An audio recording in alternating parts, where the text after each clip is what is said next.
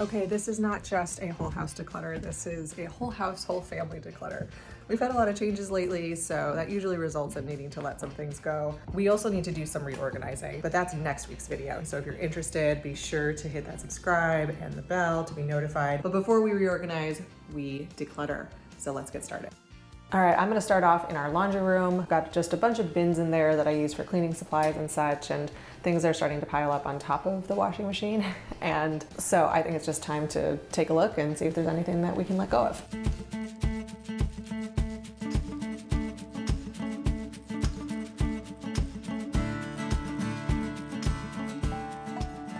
I like to use two different trash bags when I'm decluttering. I use a black one for things that are going to donation and a white one for things that are going to trash. But really the color doesn't matter so much as just being able to differentiate between the two. Sometimes I'll use boxes for things that are breakable rather than throwing them into a black trash bag. By and large, I find that the black trash bags are readily available in my house and just most convenient for doing donation drop-offs.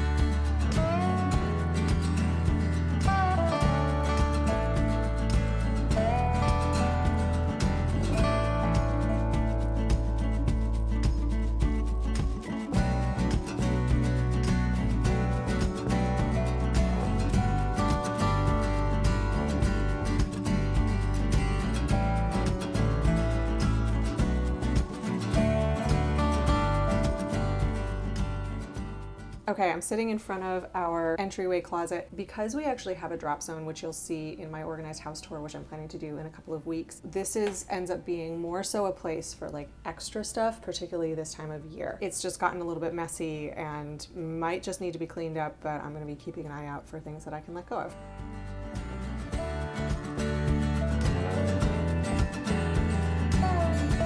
Okay, I wanted to give a quick pause to say this is an example of a really thoughtful Christmas gift that I was given that I unfortunately can't keep because they will not stay on my feet. They're just too slippery and they don't have backs. I could guiltily hang on to them for a year or two thinking that having them in my house for a longer period of time is honoring the person who gave them to me, but the reality is it's just an unfortunate mismatch, and so they're gonna go, and they're barely used, so they're gonna go to the donation center, and hopefully someone who enjoys wearing this type of shoe or has wider feet or something can enjoy them. Hey, I wish you could see yourself just sitting there on my chair. I'm staring at you, you don't even notice. Should've told you straight away, you don't have to be afraid anymore. Okay, we're on to the living room. There's not that much to declutter in my living room. We have a side table and we have these cabinets behind me. And most of the time, not that much stuff is kept in there, but that also means that I only actually look through about once a year. Maybe I look at the kids' books a little more often. So I'm just gonna take a quick pass through there. And I had a person ask me about sharing our kids' book collection. I may end up just doing a dedicated video on it. I don't feel like I'm an expert on kids' books or anything like that, but it is an area that can get kind of out of control. And so I can definitely understand where parents want to have the perspective from a minimalist parent on like, how many are you actually keeping in the house? And I don't know, my opinion, I feel like it's constantly changing. For a while, I just wasn't buying any. And then probably this really fairly recently, I started buying more because there were just some classics that I wanted to have in the house. And then also I would go to the library and be consistently disappointed in the selection. And of course you can request any book that you want, but then it takes weeks and our library is not great at communicating to us when the books have actually arrived. So we would have books that would come to the library, but then we would never be notified. And so they would just be sent back. Then falling back on buying more books and just relying on the convenience of Amazon. I'll probably put a full list of the books that we have in this video description for anyone who's interested and doesn't want to wait for a dedicated video on the subject.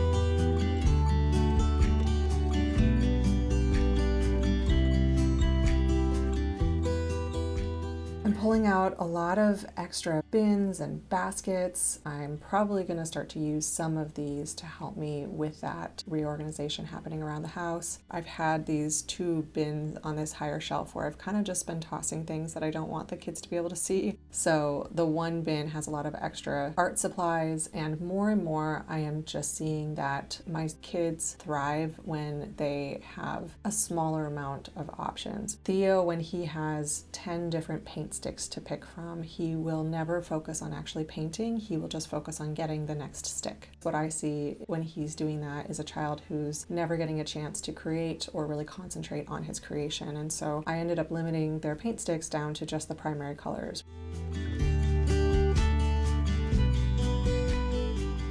We keep 3 Sentimental boxes, 1 for Steve and I and 1 for each of the kids. So I'm just doing a quick once over of my things within this box. Steve will have to go through his own stuff to determine if there's anything that doesn't actually rank as sentimental and something he wants to hang on to. And I plan to use these boxes to teach the kids how to do little decluttering and evaluate what really matters to them and what they can let go of. I also use the boxes as a place to put art that they are still feeling attached to and would like to hang on to, but no longer is going to be displayed on the refrigerator, because we're consistently changing out the 1 or 2 pieces that are on the refrigerator as they do new art every single day. So typically I'll ask Peyton, is this a piece of art that you want to save, or is this not very special to you, in which case it can go in the garbage, and then she gets to make that decision.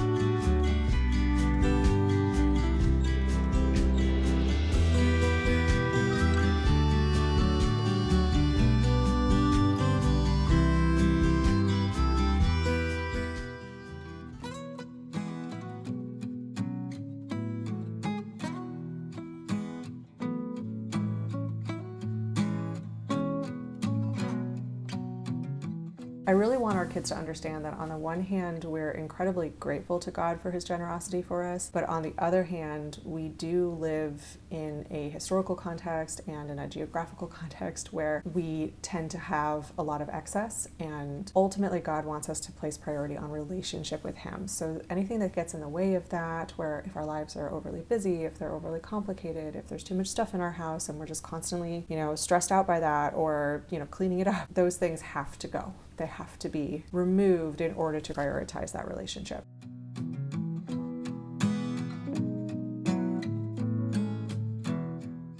I don't feel like I found that much today, which is good. I mean, I've been keeping up with decluttering pretty regularly, like at least every couple of months, doing like a quick scan through the house. I am very happy to be the main family declutterer for our household.